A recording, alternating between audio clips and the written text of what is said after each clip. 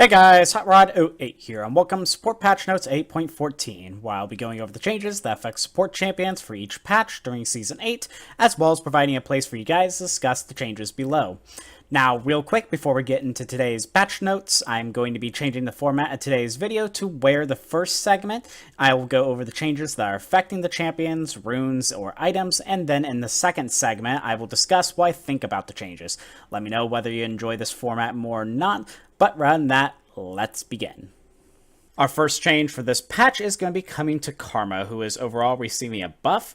Her mana regen is getting increased from 8.5 mana per 5 seconds to 11.5 mana per 5 seconds. The mana regen growth is getting decreased from 0.8 mana per 5 seconds to 0.5 mana per 5 seconds. And her base armor is getting increased from 20.4 to 26. And then her Q, her inner flame, the splash radius is getting increased from 250 to 280. But the Soul Flare detonation damage at the mantra, whenever you use it, is going to be decreased from 50 to 350 to 35 to 350. Next on this list is Vel'Koz, who is receiving a slight buff to his Q, his Plasma Fission. The AP ratio on it is getting increased from 60% ability power to 80% ability power. Our last champion change for this patch is coming to Rakan, who is receiving a nerf this patch. His Q, his Gleaming Quill, the cooldown is getting increased from 12 to 6 seconds to 12 to 8 seconds. And then his ultimate, the quickness, the cooldown is getting increased by 10 seconds at all ranks, from 120 to 80 seconds to 130 to 90 seconds. So we're going to be skipping over any item changes because none of them affect the support champions, but we have two rune changes for this patch. The first one is going to be coming to Poro, which is going to be a really nice buff. It has a new effect now. It says after 1 second in the brush, your current trinket becomes a Poro item, which may be used to place Poro. And it has an updated effect called Spooky Spooky. Now it says, while either you or your Poro is anywhere in enemy territory, which is past the river, you either gain 5 to 20 ability power or 3 to 12 bonus attack damage, which is adaptive. And then finally, Zombie Ward is getting an overall nerf this patch. It does have a new effect called Ward's Revenge. It says damaging a champion after destroying a ward inflicts 30 to 90 bonus magic damage depending on your level. But it has an update effect which says zombie wards now only spawn from enemy wards killed, not also from friendly wards which time out. So those are going to be all the main changes that are coming to support this patch. We'll get into the discussion of each of these. The first thing we're going to talk about is Karma.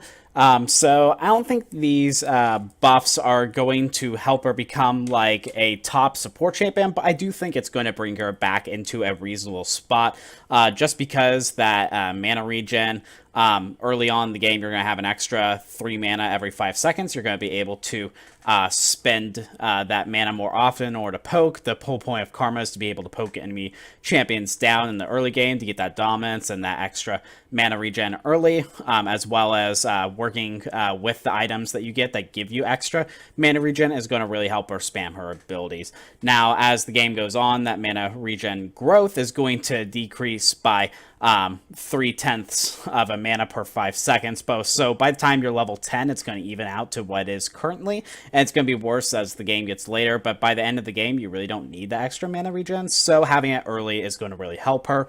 The base mana armor increase is also going to help her survivability. It never really drops down, it's just a base armor increase, so that's going to help her keep her health up as well. Finally, her Q, her inner flame, the splash radius getting increased is very nice in order to increase the range that's going to hit a champion. So if you hit the minions, there's going to be a better chance that the champion standing around the minions are going to take the damage. Now, the one thing they said right here that they're wanting to make sure that she doesn't become a meta pick in like the mid lane, so they are decreasing the mantra splash damage does afterwards just to decrease the clear speed that she has, so she doesn't get overpowered within the mid lane, but it's not going to affect the initial damage that Karma's going to do. So as I said, she's not going to become a top support pick by any means, but I think she's going to be in a pretty decent position at this point. Moving on, we're going to move on to Vel'Koz, which is receiving that really simple buff to her Q, that 20% increase on ability power. Now, it's not going to really help him that much. I don't think it's going to make that much of a difference for him, just because he's supposed to be like an early game support champion doing that poke. And early game, when you really don't have that much ability power, like if you go in lane, the most ability power you're going to have is like 30 to 35. That extra 20% is only going to be about like 4 to 5 more damage per each hit. So yes, it's going to help a little bit, but it's not going to be game breaking by any means. Now as the game goes on, his poke damage is going to be just that much more stronger, so it's not going to hurt him by any means, but he's not going to become just a top pick all of a sudden support champion either, just from 20% ability power change. The final champion that we're going to talk about is that Rakan, which got his nerfs to both his Q and his R. Now we'll talk about the ultimate first, just the 10-second increase to all the ranks. Honestly, I think that's a fair change. His ultimate is very powerful, so having a 10% or a 10-second increase at all the ranks, I don't think is going to destroy him. And I think it honestly is a fair thing just because of how much power his ultimate brings into fights. The thing that I'm most upset about is his Q, his increase at rank 5, how long the 2-second increase to using his Q every single time you want to use. Now, personally, I know some people max out W first or E, sometimes even first, but I personally always max Q first, at least put 3 points in it, but usually max it out first. So that 2-second increase to how often you're able to spam it is going to actually hurt him quite a bit, at least for me.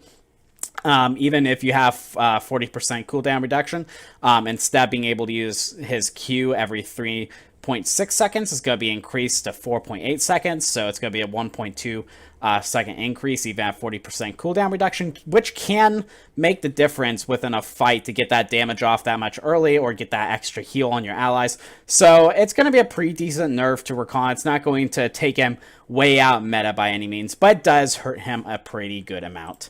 Finally, we're going to get into these rune changes, the Ghost Poro and the Zombie Ward. I'm going to talk about the Zombie Ward first, just because I don't think Zombie Ward is going to get really much of a buff. It's actually going to get decreased. So early game, when you use the Zombie Ward, I think you get more use out of it when your own wards expire, as opposed to killing enemy wards. And now with it not spawning a Zombie Ward whenever your own ward expires, it's going to make the vision that you get out of it a lot weaker. It's going to be more of a late game item when you're clearing law wards, but it's still not going to give anywhere near as much vision as it does currently. And they add the effect which says damaging a champion after destroying a ward inflicts 30 to 9 bonus magic damage.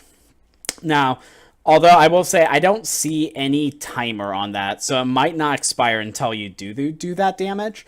So you can kill Ward maybe a minute later, actually get some harass, and it'll do a little bit extra damage. But I don't think that's going to be game breaking by any means. And especially since you're not going to be able to clear wards that often, I don't think you're going to be getting too much extra damage out by having that effect. I think it's going to be a lot worse not having all the extra zombie ward spawns than the little bit extra damage you get out of it. Now, what I am excited about is those Ghost Poro changes. Now, I think this is going to be a really, really nice buff to Ghost Poro. One of the most annoying things about Ghost Poro when you took it is that whenever you hit in the brush, you had that brush control.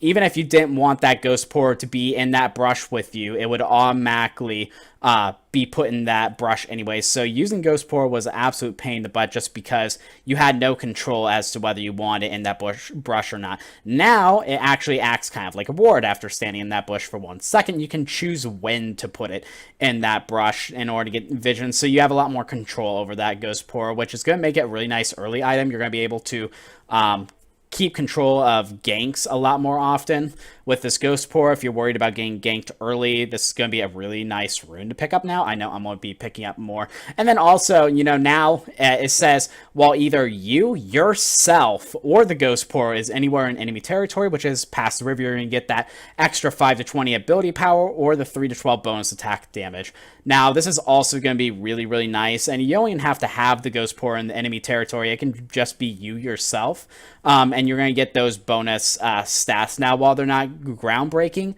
if you do the math, the other option you have is Eyeball Collection, and at maximum ranks, Eyeball Collection gives you up to 30 ability power, up to 18 bonus attack damage. So Ghost Poro, when you're in enemy territory, or you have the Ghost Poro in enemy territory, is going to be a 33% decrease and ability power or attack damage from taking Eyeball Collection. But you have to think, too, that Eyeball Collection, you have to get those charges over time, whereas Ghost Poro, you're just leveling up as regular in order to get that extra damage. And also, Ghost Poro is going to have a lot more utility to it. You know, Eyeball Collection is just pure damage for you, whereas Ghost Poro, you can actually get some lane control, you can get some extra vision in the game. So overall, Ghost Poro is going to be really, really effective at this point.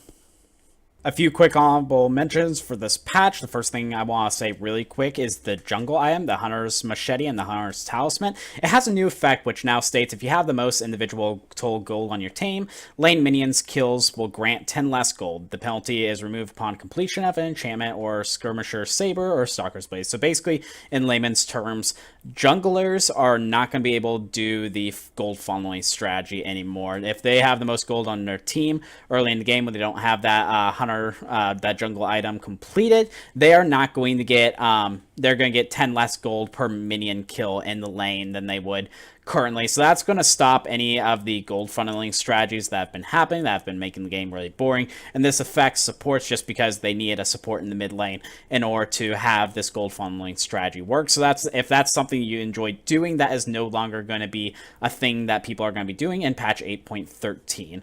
A couple other things, the cursor updates are coming in this patch. So if you have the boring old mouse, now the cursor is going to be a lot different, so you're actually going to be able to see what you're doing. And then finally, champion select. It is saying now failing to ban a champion no longer kicks you from champion select. This change went live during patch 8.13. So originally when you were in a game, if you forgot to ban a champion, it would just kick you out of the queue and you'd get the time penalty for not choosing anything. Now it's just going to go to no ban, and you're not going to get kicked out unless you don't choose a champion for yourself.